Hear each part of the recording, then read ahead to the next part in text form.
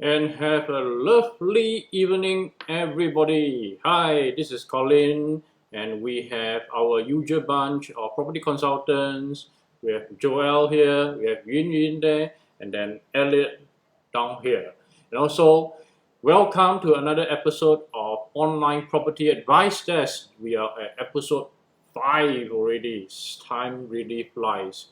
Hey guys, I remember the first time when we were doing this, we were at one empty flat, and then we were doing it with just a handphone. Don't know whether you guys remember, and we are all squeezed, in a couch, and wow, okay, now we are on episode 5 already. And Yeah. frankly speaking, I don't know about you. Right now it seems like we are running out of topic to really advise already. But I mean, the good thing about property is this. I think things change. The situation is pretty dynamic, and we have gotten ourselves out of the circuit breaker. And I think recently was there a news to say that was it last month? Last month the property transaction was at an all-time high. Was that so? Yeah. That's what the news says. Yeah, exactly. Yeah. So, well, really, have things changed? I think one news article doesn't really tell the whole story. But we still have many months to go within this pandemic, and really, I think only time will prove whether this is going to be a boom or a bane for the property market. But notwithstanding, episode 5, today, I know for the past 4 episodes we have talked about so many things already, but it seems like we haven't really spoken about something really fundamental. And I think today this is the episode I want to test you guys, on your subject matter expertise in terms of first time property buyers. Yeah. Okay. So I guess this topic is something that is very close at heart for any one of you. Shouldn't be difficult.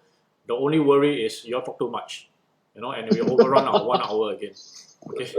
So today, let's try to keep it succinct. I don't know anybody is tuning in right now. On my side down here, I can't see anyone tuning in yet. Maybe we just share the video, wait for a while, get someone else to come in first. Have you guys shared the video already? Yep. Okay. Just share. Okay. Let me just share it first. Hey, Joel. Yep. Yeah. What have you been up to this past month since our last episode? Oh, this past month I've been more on engaging clients because a lot of them has been asking this thing. So just after the circuit breaker, now everybody going to see houses. News has been saying that wow, so many transactions. Prices actually going up or down? Is it a good time to buy now? Well, there are tons of questions. So I've been busy engaging clients and friends alike. I mean, of course, this is how should I put it? Uncertain time. Okay. A time fulfilled with a lot of uncertainty. So Okay. they have questions. But as always, my answer will be one word. You can see. Okay, good. Yep. How about you, Yun Yun? Wow, you're wearing very striking colors today. What have you been up to for the past month? Yeah, I think the past month viewings really start like really. Initially, I thought that the new normal of because during the 2 months circuit breaker, right, people are still adjusting to the new normal, like virtual viewing, etc. So, but it somehow they still want virtual viewing, but at the same time, really physical viewing. So, I think for the past month, it's like really running around. Actually, sometimes some of the days it's really tired because got to conduct physical viewings, and at the same time also to ensure that people who visit the houses are safe in a sense. We still adhere to the government policies. And then people are more open to also selling the houses right now because some they maybe withhold a little bit, then they say that whether it's a good market to sell or even buy. So the new launches wise, they are starting to pick up in the sense that those that have been penned out during these 2 months, so they are reopening soon, and there are some really quite good deals out there. So buyers, if they are ready, I think this is a good time to actually go in. Okay, good. Elliot, how about you? Oh, I see you closing deals all the time. Huh? Very busy, is it? I've been really busy since we reopened. I think it's really the pent-up demand. And I think this article talking about the transaction increase and also the price increase as well. So since we opened, viewings have been increasing. Yes, we have moved into once we open, but we are still doing a lot of virtual viewing as well. So even virtual discussion, because there are still clients, they prefer to see the houses, have the discussion in their comfort of home. So I think moving forward, there will still be online discussion and also meeting up with them, even seeing houses also. So I think it's a good thing. Okay. Yeah. So I think you guys really, when it comes to giving advice, you're really already giving advice. Although I was asking you, how have your month been? So you have been already talking about the market right now. Okay, can't wait to start our conversation. I think more people have come in right now. Okay, so so today we're going to talk about first-time property buyers. So if you are first-time property buyer, this is the episode for you. So what I'm going to do, I'm going to test these guys to see if they are able to handle, let's say, 3 scenarios where I throw to them, some hypothetical case studies, and then they advise on what these people should do. Now, this topic came about, I think a couple of weeks ago, where Joel and I, we were doing our Facebook Live in Dopa, in a Diary of a Property Agent. And at that time, I think I remember posing him 2 scenarios of myself and a friend who is 30 years old.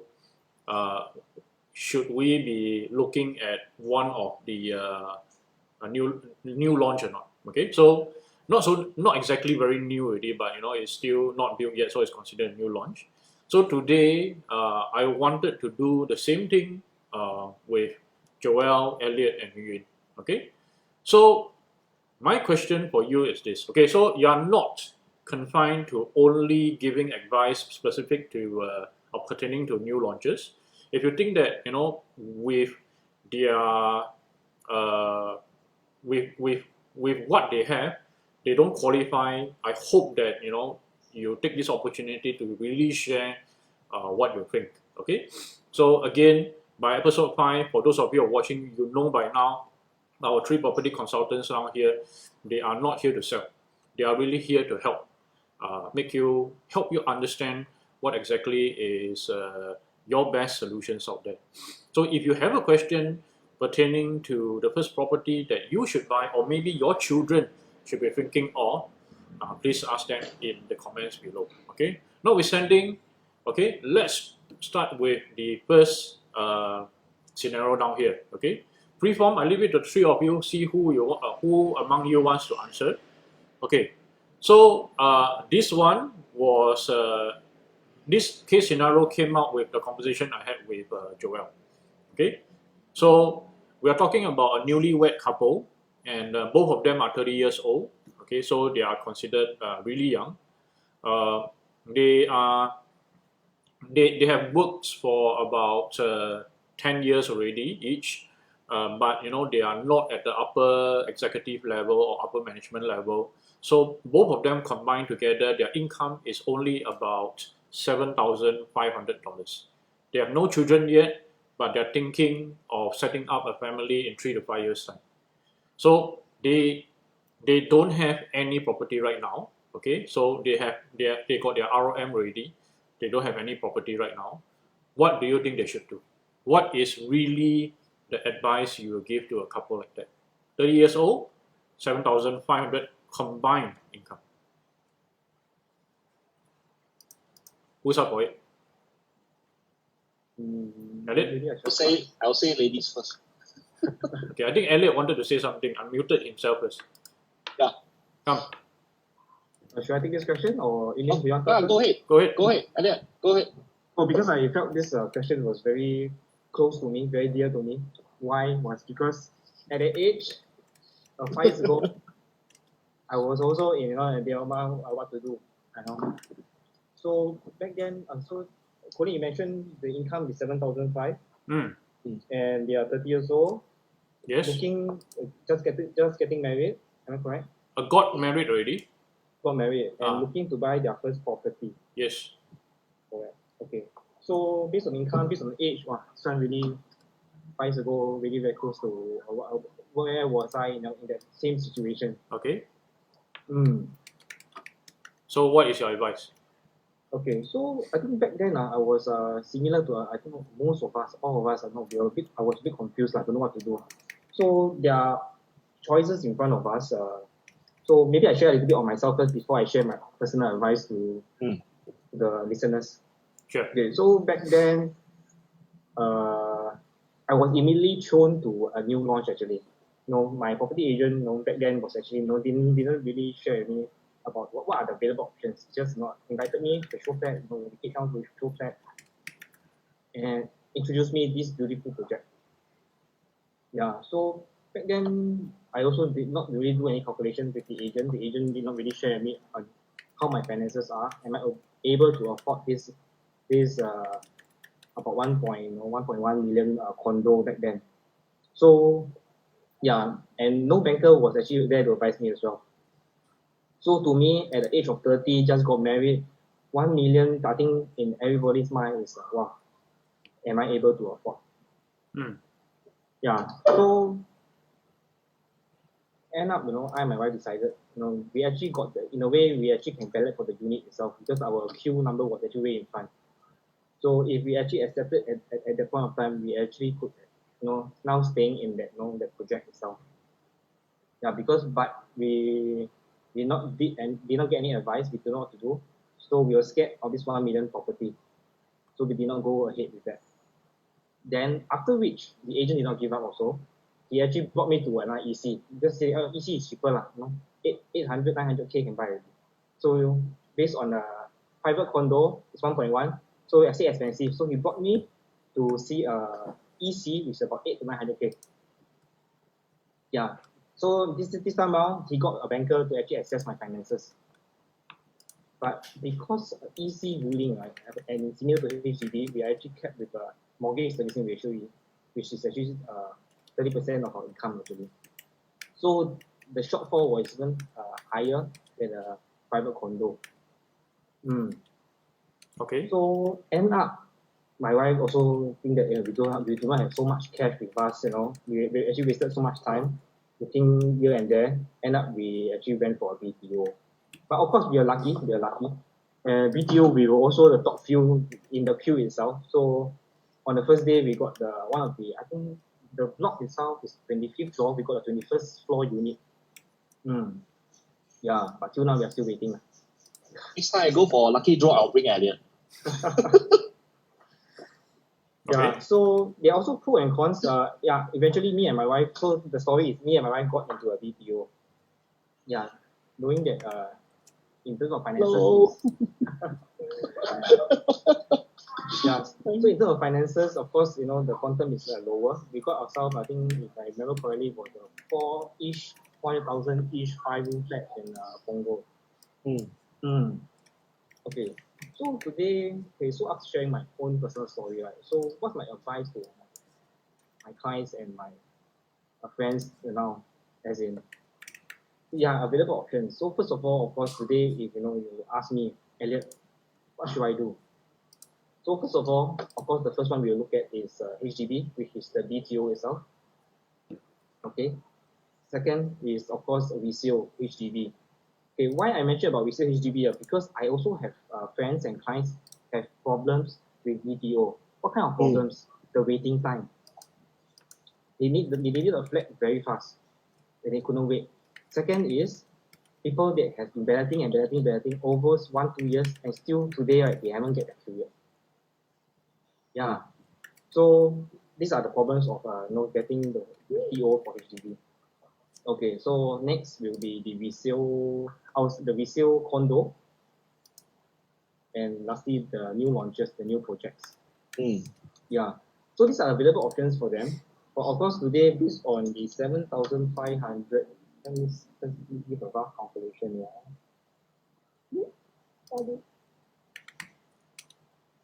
Just give me 1 second.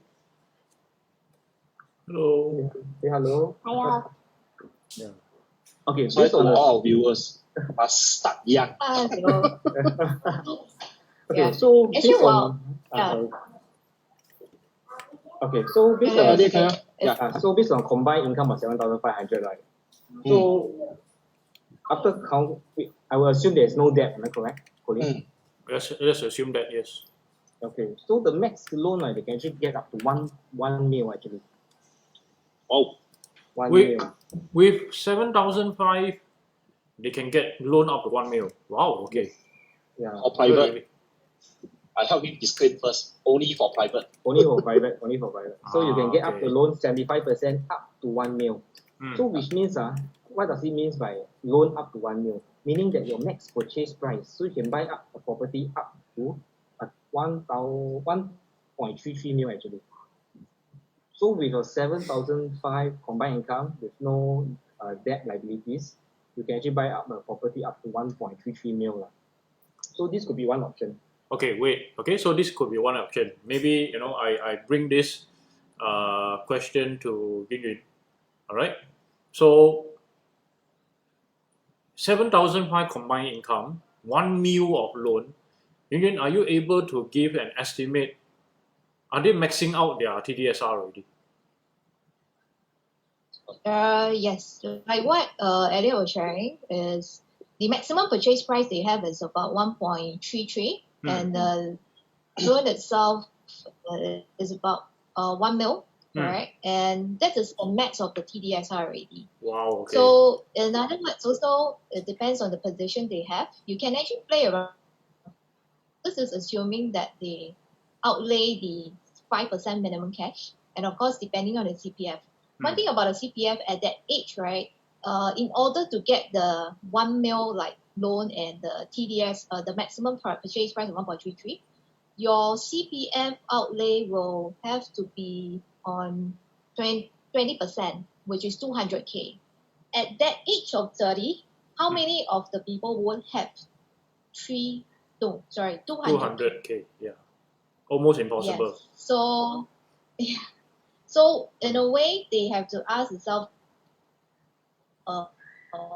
this is the maximum scenario that we actually given to them. So they will have to look at other positions of, do they have cash out upfront also in order to fork out to that max? Or can they play around with the purchase price in order to be somewhere comfortable and purchase something that of their choice as well? Okay. Good. Thanks for that. Thanks for sharing that, Nguyen. Okay, now Joel, $1 million question, literally $1 million question. Do you think this couple, 30 years old, 7.5K combined income, should consider a private property? We assume, we don't really care whether it's new or resale. We just take it as $1 million loan, 1.33 million quantum, which is fairly typical for like a 3-bedroom, 2 to 3 bedroom unit already. So, do you think it makes sense for you, Joel? Okay, so I sum up what my two peers have mentioned. First, Elliot has given different choices. Okay, so obviously this young couple has choices, so ranging from BTO all the way to a private new launch. But landed is confirmed cannot. That one don't need to say. Okay, so Yun has also mentioned. Honestly speaking, based on my years of experience, I hear that combined income 7,500. At the age of 30, I tend to say, I tend to use this word, impossible to have 200,000 in their CPF. So, but we see a lot of these type of buyers nowadays in show flats. We see a lot. You know why? Because they have great daddy and mummies. So daddy and mommy come and chip in a bit on the down payment. So sorry, I start myself again. I come back to my SEED framework. So under age fluency test, yes, congratulations. Affordability, maybe, okay, first and foremost, maybe they have the 5%. Maybe their parents can help them pay for the 20% or even come up with their stamp duty. Okay, then comes to the best part. Elliot, sorry, unmute yourself, please. Just now you calculated their loan, right? Can you share with us how much you would they be paying monthly? You see the wow come out already. Okay, so if we are basing on the 1.33, if they mix up their purchase price, means they really buy 1.3. Correct. Okay, so even I get the best interest rate right now, let's assume at 1.5. Okay, no problem. Okay, 1.5. Wow. You want to calculate one also can. How much is it? 4,006. 4,006. You don't even need to take out my calculator. Yeah. So essentially, it's maxing out already lah. I mean, no need to calculate. It's roughly about 60% of your 7,005 7,005, that's basic. We haven't even factored in their CPF. Okay? So out of that, 7,005, 4,000 plus. Let's just put it at 4,000. We'll go into the house already. You all tell me how much are they going to spend on themselves? As long as if they have children, on the children. 1 month, 3,005. I think that's a bare minimum. So no saving at all. Okay. Then what do I always say? Prudency, right? Comfortability, right? So you get a condo, yes, very comfortable. Right? We haven't even factored in. Besides the mortgages, we still have to pay maintenance fees. Then if you are the sandwich class like all of us, there's still parents to take care of. Not forgetting blah blah blah. And they want to form a family in 3 to 5 years time. Yeah. How are you going to be comfortable? This is based on comfortability. Confirm, I can tell you straightforward. 1.3 million new launch out. Okay. But as Elliot said, it's only one possibility. Okay. Elliot never suggested them to buy new launch. Got it. Joel, okay. Yeah. I need to cut you short down here. Let's go back to Elliot. Okay, since I asked you this question, what do you think? What is your advice for them? Quick one. Now we know that private property at that kind of range is out. What do you advise them? Okay. It actually really depends subjective to a lot of different buyers. Of course. Yeah. So of course, if like what Ian mentioned and what Joel mentioned, yes, correct. Because at the age of 30, it's very impossible to have an upfront payment of even 200,000 or your 20%. And yes, like what Joel mentioned as well, in terms of mortgage, if you are only getting a combined account of 7,005, just by paying 4,005 for mortgage, I think a bit crazy. Got it. Okay, Elliot, we need your advice. What is your advice? What should they buy? You just want to force an answer of you. Elliot, just tell him. Okay, based on this income, I will go for a BTO. BTO, yes. All right. Now BTO right now, okay, I'm not following the BTO market. Are there choices available for them currently? There are choices, but however, the location, it really depends on whether they're liking. To what I remember, the last application was the location like Tampines. Tampines. You have. Yeah, and even Tengah. Tengah is the next big thing. Something that I myself also feel that it's very far away. The Bidadari area still got or not? I think Bidadari no more already. No more already. No more already. Okay.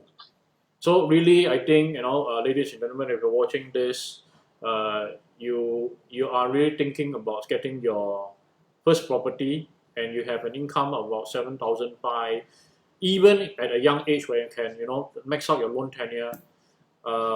We need to be a little bit prudent. I think a lot of property agents will surely ask you, hey, no problem, with your age, chances are you can take a full loan, you can max out and then in a couple of years' time, your income will surely go up. That's a question mark altogether. So there are so many uncertainties that I think all three of you are singing the same tune. New launch out. Okay? Whether easy or not, that's another matter altogether. But for Elliot, I think your choice would be to go for a BTO, which is comfortable, let's put it this way. Even at $500,000 for a new BTO, I think for their income is still pretty comfortable. Okay, Elliot, good. All right. I want to really go a little bit faster because otherwise this will be a 2-hour show already. Okay. So let's bring out the second scenario in this case. Okay. So Yun, I know you love to serve the corporate workers, the white collars, who are medium level executive, and that target audience, which you connect with very well. So this scenario is for you, Yun. Okay, let's say there is this single lady, unmarried. She's 35 years old, really, like a career woman. Okay, and her income is at $10,000, single income. Okay, so has been living with her parents all this while. And then I think recently, let's assume that recently she was renting a flat for the past 2 years, or renting a place, a condo for the past 3 years. But she doesn't feel like renting makes any more sense. She wants to buy her first property. What would your advice be? 35 years old, single. Okay, whether what she does doesn't really matter, 10K single income. Okay. First of all, BTO is out already, for her. Because she's single. So she can buy a resale HDB only. Resale, 3-room flat and above. No, 4-room flat and above, is it? For 35 years old? No, she can buy anything. Any. You Okay. can buy anything. As long as it's resale can already. Okay. Yes. Got it. Yes. All right. So what is your advice? Okay, so her options are wider because number one, her income is relatively high.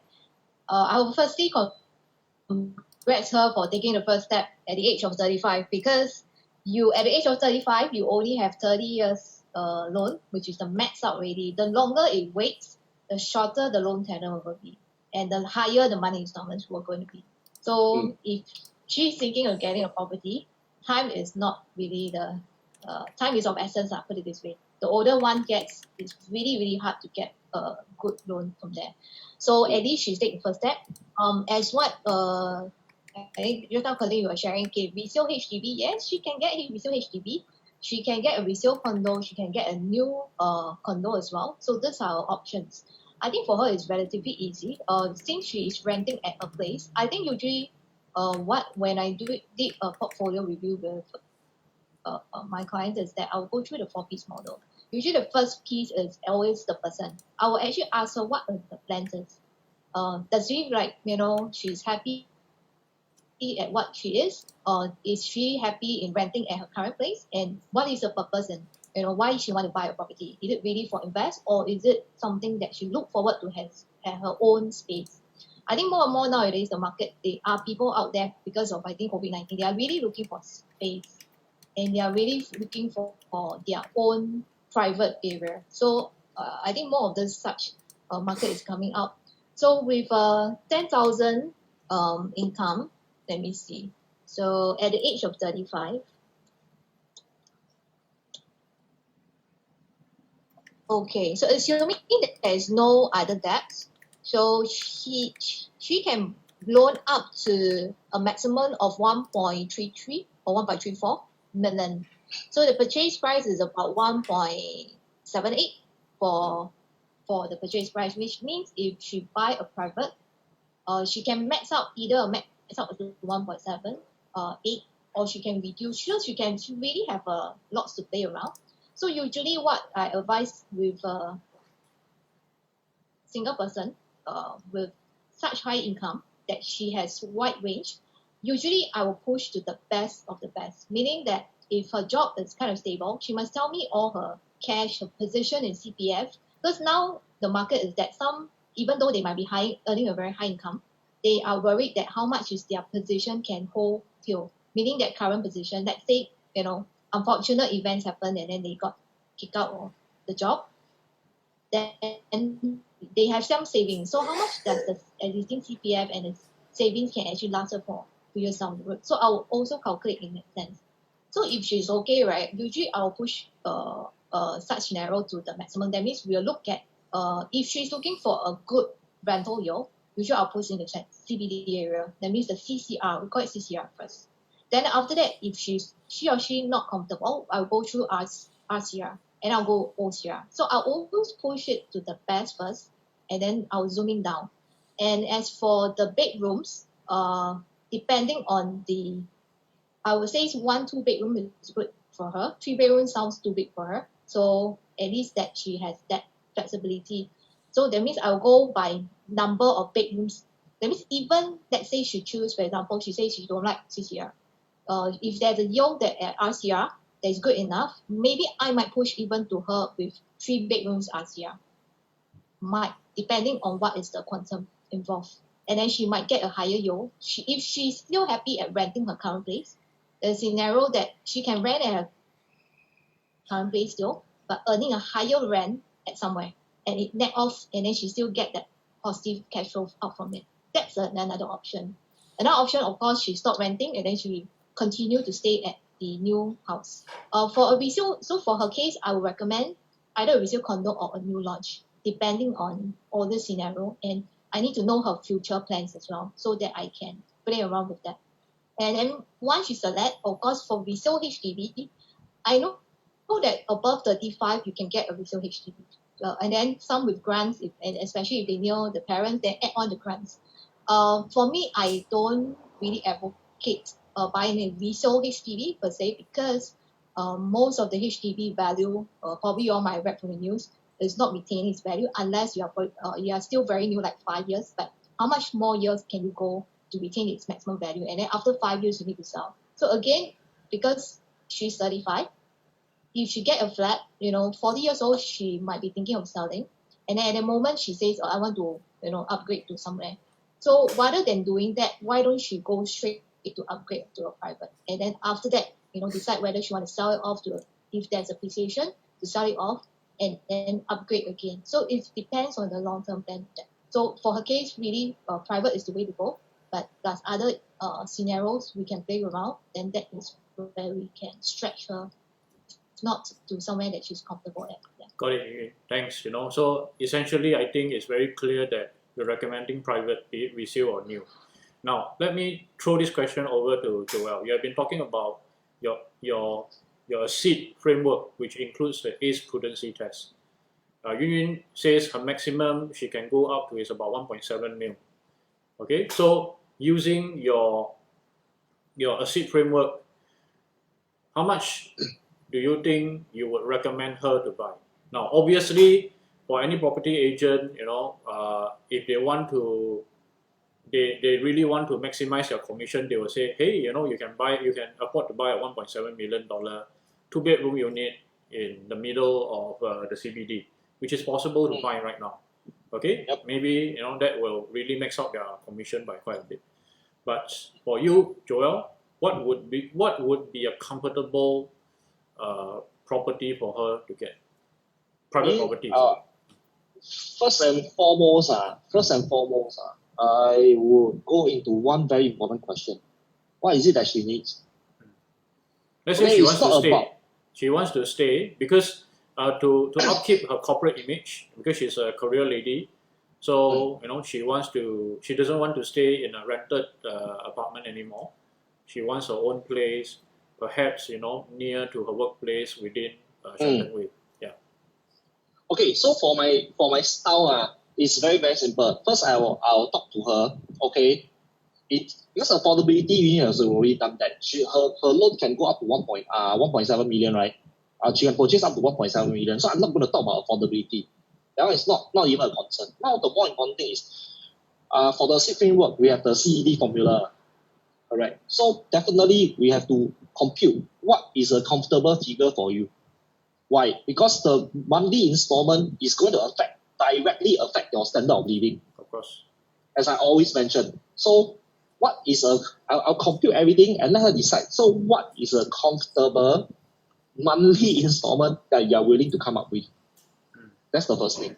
Okay. And secondly, envision. So you're mentioning, Colin, our dear friend wants to stay in the house. What are the reasons? Is it because due to work?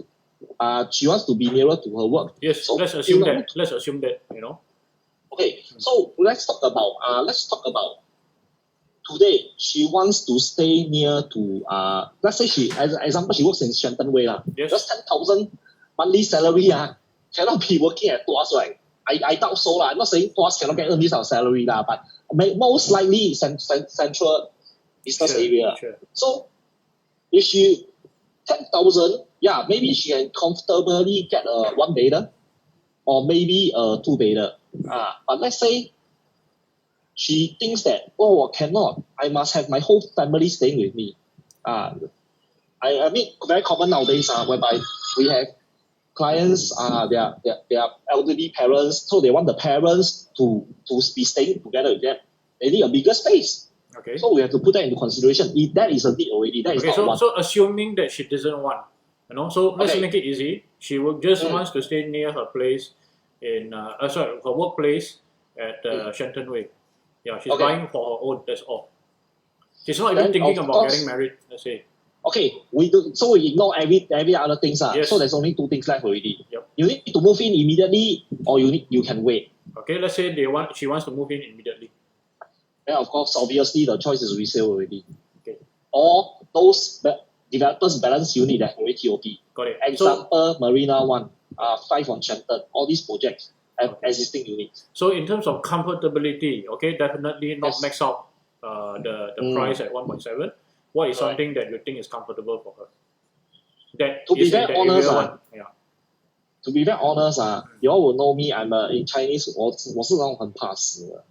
I would not ask her to directly move into CBD area because her income 10,000 is not fantastic. I'm telling you, a lot of people has 10,000 income.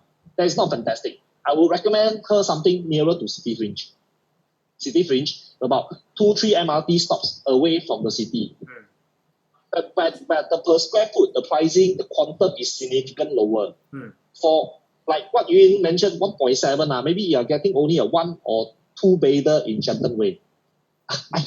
I move a few steps further, I can get a 3-bedder. Got it. Okay. So in the end, maybe I'll encourage her to go for something about 1.3, 1.4 million, a 2-bedder. I think 2-bedder will suffice. Why not a 1-bedder? To be very honest, it's my own take. 2-bedder, if you want to liquidate, a scalability is always easier. Got it. Okay. 1-bedder, more for rental. Okay. So, got it. So, 2-bedder, that's your advice for her. 1.3 mil, city fringe. I think that there are quite a lot of choices, you know, when it comes to this kind of... Resale, new launch, actually quite a bit down there. Okay. Now I'm going to throw this to Elliot. Elliot? Okay. Yeah, so we mentioned BTO is out. Resale HDB possible. Yeah. Okay. Can a new EC be an answer as well? Let's say if we can wait. Is it possible? New EC not possible. Not possible. So it's considered like HDB like that. Cannot. Correct. Okay. If she's buying it alone, yes, cannot. Yeah. Okay. Now, so now the question for you is this: let's say she wants to move to a CCR,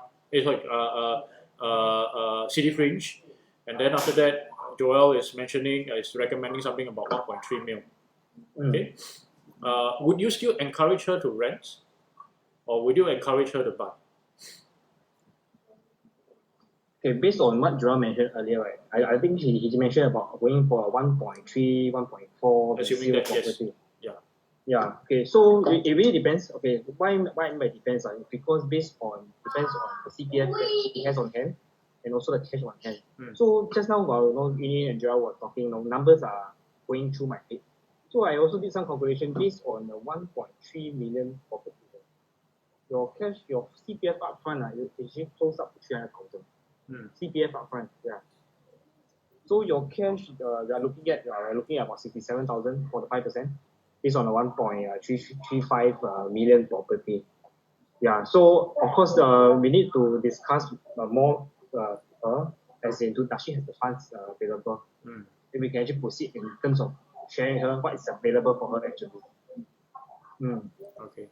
At 10K, 35 years old, so assuming she worked for 15 years, 300K, there might be a remote possibility lah. You know, if she is a high flyer all along, and then she has been investing her CPF all this while, right, and not let it sit down there.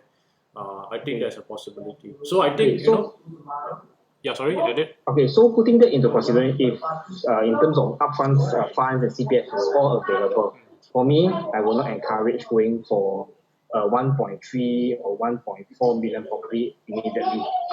Yeah, because meaning we're going to show hand all our funds to it in terms of our cash, our CPF, show hand. So I also believe in having reserve funds, a safety net. So for example, today, if something happened, I do not want to work or I lose my job, do I have money to sustain the mortgage? I don't end up not having this property, but I'm having a lot of stress, and I'm alone, having stress. I'm saying this 1.4 mil, but actually, I lost my job. I cannot afford it. So I always advocate for my customer is, if you buy, you have to buy knowing that you are able to, peace of mind. I would say the word is peace of mind. Okay. So you encourage her to buy even a more affordable private property. Correct. But not rent, but not continue to rent.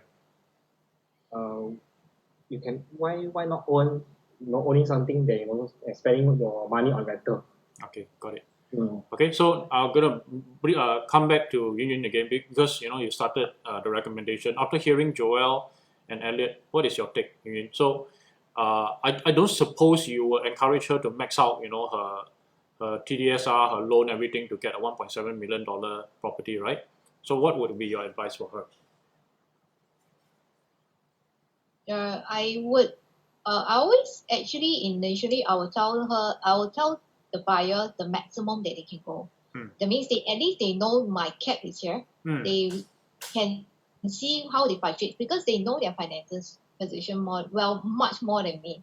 Unless they're willing to tell me everything, I can even calculate in terms of number of years. Let's say if they instead of going to the max of 1.7, they can go to maybe 1.3, like what Joel Elliot mentioned, 1.3. And how much, let's say in cases when suddenly something happens, like how many years does the current positions can hold her for how many years? I actually can be able to calculate that in minutes actually. If she is able to tell me that, I can actually show her the calculations. Yeah, very fast. So in the just tips of that, for me is that I will do the variations of the calculation to show her whether she has this CPF, whether she has this cash. Again, usually I will start off with maximum, and then I will just slowly zoom in down, assuming that is a portion that she might want to leave for some emergency, especially in the times of like that. Yeah. Got it. But okay. Still private condo, yeah. Okay, I think so for her case, I base this scenario on a real person now. There's a real friend who recently made her property purchase, and she has been waiting, to get her first property all this while already. And at 35, I'm assuming her pay is that high, maybe slightly higher. She finally got her first condo, which is a resale unit around the Thompson area. Yeah, so kudos for her to finally get something. Otherwise, it will be a little bit more difficult. It will get more and more difficult as we become older and older, with the loan tenure getting shorter and shorter. But I think the options here are pretty clear. She has a lot of choices. Yeah, she can literally do every single, go for any single option down there. Okay, let's move on to the third and last scenario for today, which maybe, right now, I pass this scenario to Joel for his first take first. Okay, we're talking about a young family right now. So this couple has 2 young kids, but they have never bought a property on their own. So these are the good life, the people with good life one. They've been staying with their parents at their landed home. Wow, got lots of rooms for them. So they have a lot of cash on hand because they have been saving all these things. They have a lot of CPF as well. Okay, both of them are 38 years old, and they have a combined income of 12K. All right, not that high at 38 years old, but No, but 12K is still not too bad a figure. All right. But the thing is, I think the wife has enough of staying with her in-laws already. Want to move out. Okay, which is pretty normal nowadays. All right. So, what do you think they could do, Joel? And wow, Colin says put it that way. Is she cannot wait to get out of the house already. Right? I think the answer quite clear, right? Yeah, so must move. Resale condo, right? Okay. I mean, if you only put it to an extent, cannot wait to get out of the house. Well, of course, don't need to say further. Definitely, the sooner she can move out, the better. Happy wife, happy life. Okay, let's put it this way. But if you were to ask me, there's also a few factors to consider. First and foremost, you mentioned 2 young kids, right? Yeah. Their combined income is maybe the average Singaporeans, about 12K. Okay? So, if they want something that has, obviously, they want something safer, go to a BTO. That is a no-brainer. Okay? If they are going for a new launch have to wait for a while. For new launches, they can also consider EC because they are. Joel, sorry, I cut you off there for that. You mentioned BTO, they can go. As a family unit, right? Do they get priority? No such thing. No such thing, You trust me. They always say but no such thing. Look at our dear friend. I would suggest that they bring Elliot for the balloting. No such thing. In the end, it's all ballot. So ultimately, if they are really, really prudent, go for BTO, want to save up a lot of money, yeah, sure thing. Resale flat, to be very honest, usually I will not recommend resale flat. Unless you really have your reasons for buying a resale flat. If not, try not to. Maybe it will be a bit difficult also because, they have been staying in a landed home, a big one, with their parents. So to go into a resale flat, so don't know whether the wife can take it or not. That disparity. Actually, I can tell you honestly, Colin, if in such a scenario, right, all the more they should be going for a resale flat. Why is that so? I share with you because first and foremost, anybody who does projects, will know that all the houses are getting smaller and smaller, and more expensive. Okay, but don't need to resale flat. HDB dropping value, correct. But the size big, Can be a resale value. Can be a resale condo, But buy a jumbo, correct? You can buy a jumbo. And it's definitely cheaper than a condo, right? You want to get that type of size, it's almost impossible. For the same price. I mean, definitely for the same price. Okay. Even for ECs nowadays, there's also size constraint. EC now also not cheap. I think I mentioned to you before, right? Got one recent EC, the penthouse is $2 million. I really don't know how the young people can afford that. I really respect them. Selling ECs for 10 years, I never realized EC can cost $2 million. Yeah. And still got income ceiling. But anyway, sorry, come back to the question. So they actually have a lot of choices. Okay. Same thing all the way from BTO to new launch, but depending on the scenario. 38, if you tell me they don't have enough CPF, I also headache. Honestly speaking, 38 already not enough CPF, I also headache. Okay, but that is not the biggest problem. Usually for this type of age group, what's the scariest part? Is the cash. CPF sure have. It's always the cash. They can come to you. Rich family doesn't mean that they have a lot of cash. They may have 3 cars, We also don't know. So this is the scary part. That's why I will say, actually what Elliot brought up on the last question is very, very correct. Really have to do it in depth, check into their finances. But at this current moment, it is just a normal suggestion. Resale condo, actually buy a resale DC. I'm not talking about just new 5 years one, I'm talking about those 20 years back. Whereby you can buy you can buy a 3-bedder less than $1 million. There are a lot. I can even find you one that is less than 900,000. 3-bedders. But okay. See, give and take. Comfortable or not, you have to decide. Got it, Joel. Okay, so let's go to Elliot. So the question now here is just now, Joel brought out a very good point. The wife wants to get out as fast as possible. Okay, so would you recommend them to just go for a resale condo, or would you think that it is better for them to go for a new condo? That means wait for another 2-3 years before you build, and in the meantime go and rent for 2-3 years. What do you think would be a better option, and what would you advise? Okay, for me, I would actually usually ask them, because there are certain factors to do. We can't just say, oh, we buy resale or just buy new launch. There are certain things that we actually have to really ask and actually find out more about them, understanding what Yes. they really need. So, for example, you mentioned about they have 2 kids. So, do we need a flat or so-called a property near a school, near the school they are schooling, or do they need to be staying near their parents? So I think the wife want to stay as far as possible. Then this open up more options. So for example, if they parents stay in Hougang, so we only can find Hougang houses. So if you say can stay out of Hougang, you can move out everywhere. So now it's a school. So if today the wife say a school is not a factor, we can drive them around, take school bus, for example. This could even open up more options. Yeah. Then I think I know your question is new launch or resale, right? Am I correct? Okay. So my last question to them is, can you wait? Because I also will actually dive down into terms of options. If you wait for a new launch, what is the pro and what is the cons? And also, if you go to resale, what's the pro and the cons? But this will take me another 10-20 minutes to talk again. Sure. So assuming they can wait, they can wait lah. Only thing is, they have to go and rent one place for 2 years lor. So assuming 2 young kids, let's say, can put them into a same bedroom. Let's assume that lah. Okay.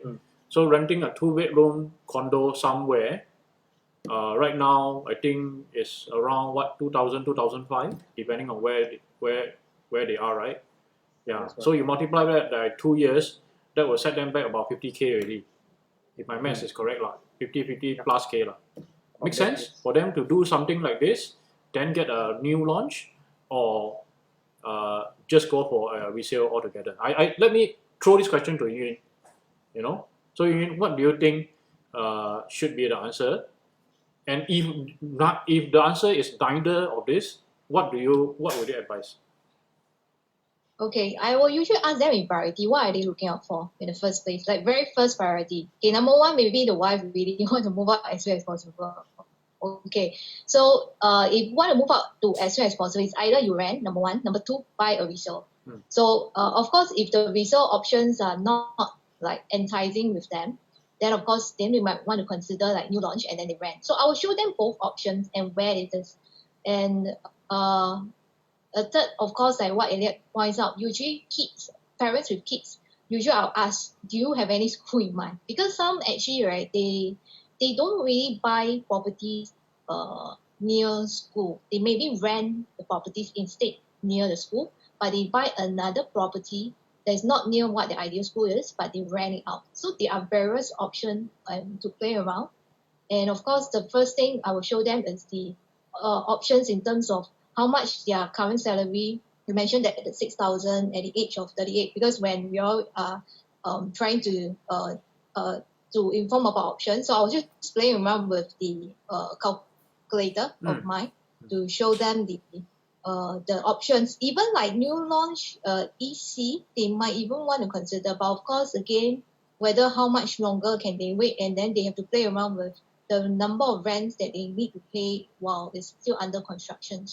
So there are various combinations in that times, to play around with, Okay, right. Thanks, Yun. Joel, back to you. Okay. So, final say, having heard Elliot, having heard Yun, what would your take be? You mean my take for the couple?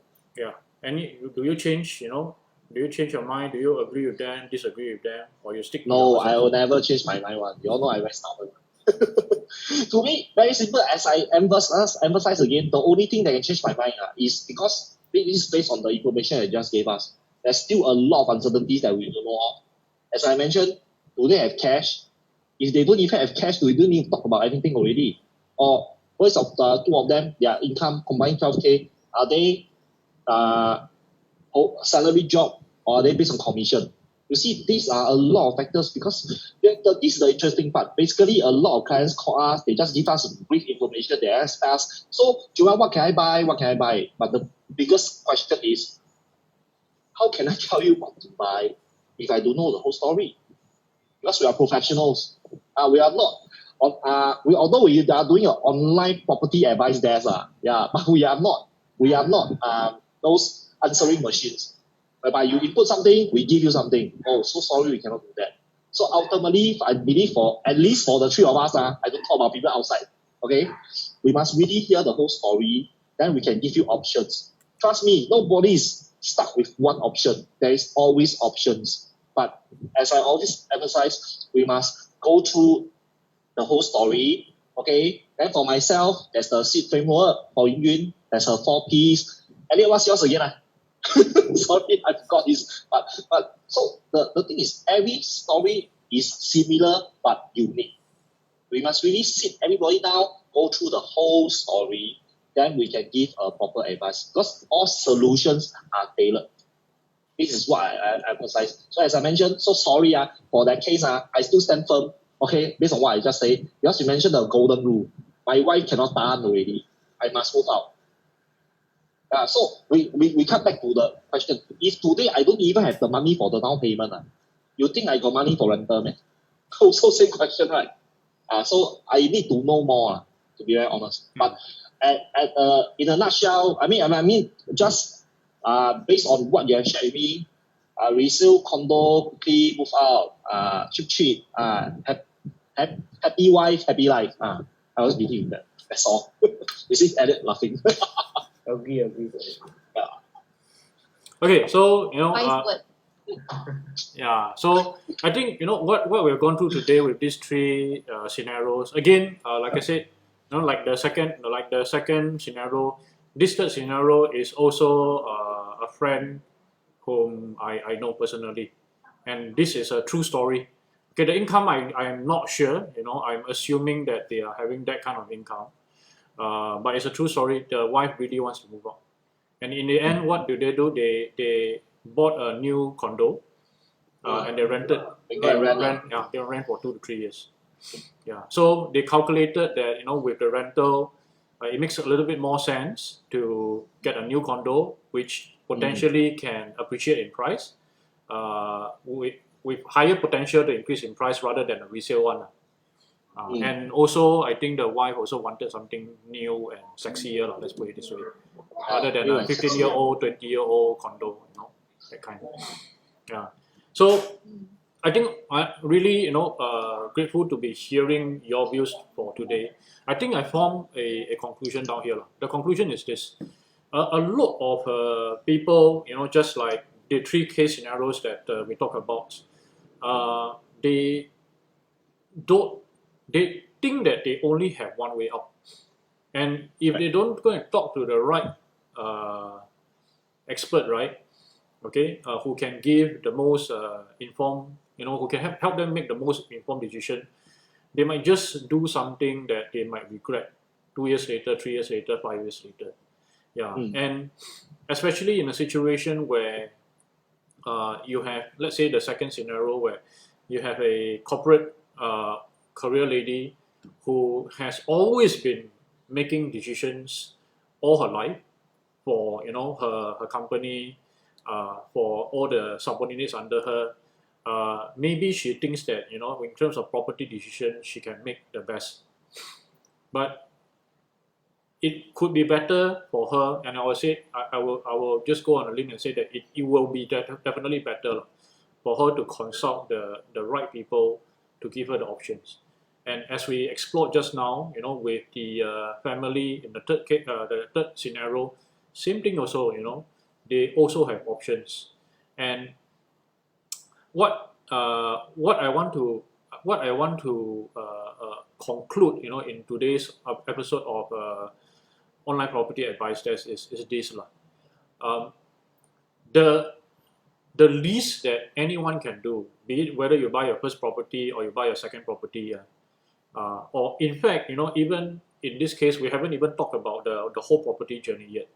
We can, like for example, the third scenario, which is something that I didn't ask, maybe it's something we can talk about later. The husband and wife, can they each buy one property later? Husband buy one first, the wife buy something later. Yeah. And even the second example, I think at 10K, there's a possibility that the single lady can buy two also, right? I think there's a possibility. So we haven't even talked about this whole property journey yet. So I think what I'll urge is for anyone who is making the decision to buy their first property, their second property, or another investment property and whatnot, it's always better to talk to someone, because at the end of the day, I don't think it will cost you anything. Seriously, what is there to cost you, especially if you are a buyer, right? I mean, don't talk about the resale HDB and yeah. So especially if you want to buy a new launch, what does it cost you? Nothing. Yeah. So talk to these people, talk to Joel, talk to Yun, talk to Elliot, and then after that, from there you make a more informed decision. Each of them have their own framework. Each of them have their own models to guide you along the way. Okay. So we go through one round again, to maybe share a little bit about what first-time property buyers should really be looking into, regardless of age, just very broadly. Okay. In just 1 minute, Elliot, what can you give an advice to first-time property buyers? I think to all the viewers today and also my friends as well. Okay, I think for first property buyers, right, I think it's best to seek professional advice. Yeah, don't be shy. Just ask the three of us or even your outside your other property agents as well to go in depth into the discussion, because I'm quite very sure that there are a lot of questions in your mind that you have, because today what we share is very surface only. So like what Ian, Joel, and even myself, we shared that going into in terms of financial, in terms of the discussion of your family, the needs and requirements. There's so much to discuss about. It's not just just say, Elliot, what's your advice today? I don't know, buy BTO, buy new launch. It's not just like that. There's more to it.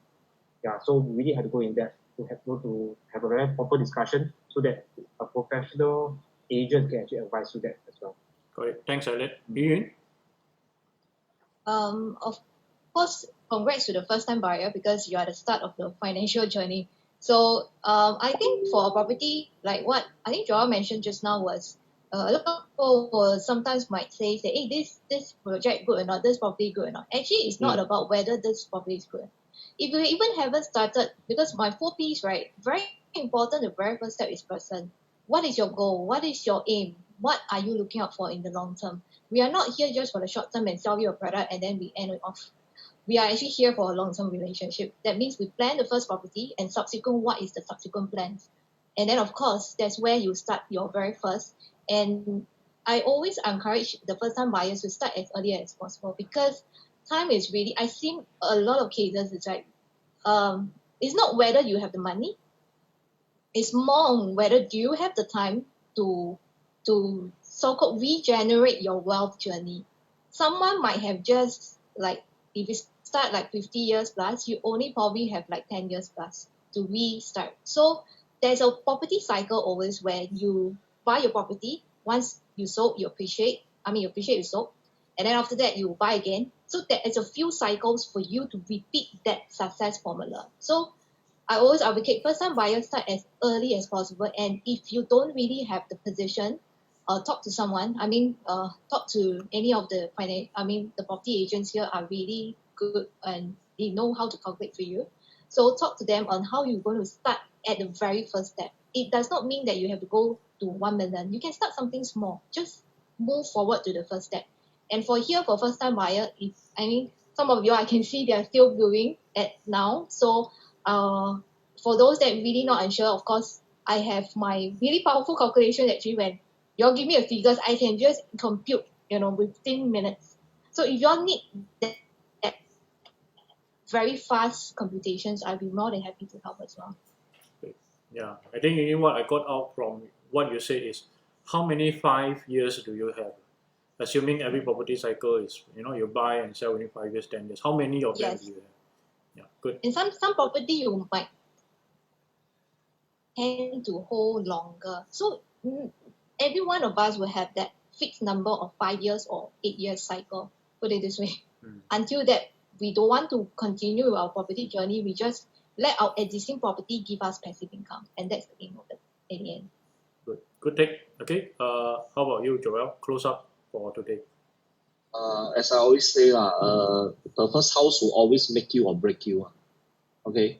If the first house caused a lot of heartache, you find that throughout your whole life, every other property will just be there to fill up this hole.